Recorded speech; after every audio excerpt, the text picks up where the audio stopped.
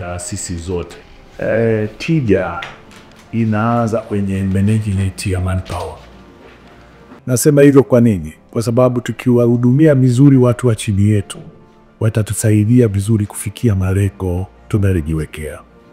Kwa hiyo twende tukashikamane, tujenge teamwork, tufanye kwa pamoja, ili kwa pamoja tutafute tija tunayoikusudia. Tija isipoanza na sisi haiwezi kupatikana kwenye kile ambacho tunakipanga. Kwa hiyo mimi naomba sana, twendeni tukafanye hivyo. Najua mnafanya, lakini tuongeze kasi ya kufanya hii.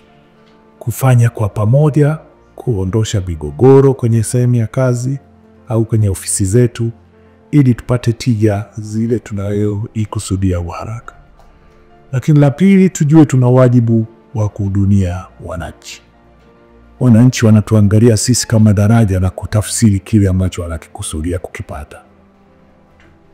Tukibeba hilo ndani ya mioyo yetu, tukajua wajibu huu wengi wanautamani, sisi tumepata baraka ya kuupata, tutaifanya kwa moyo safi. Tutaifanya bila kuangalia muda wala kuangalia chochote.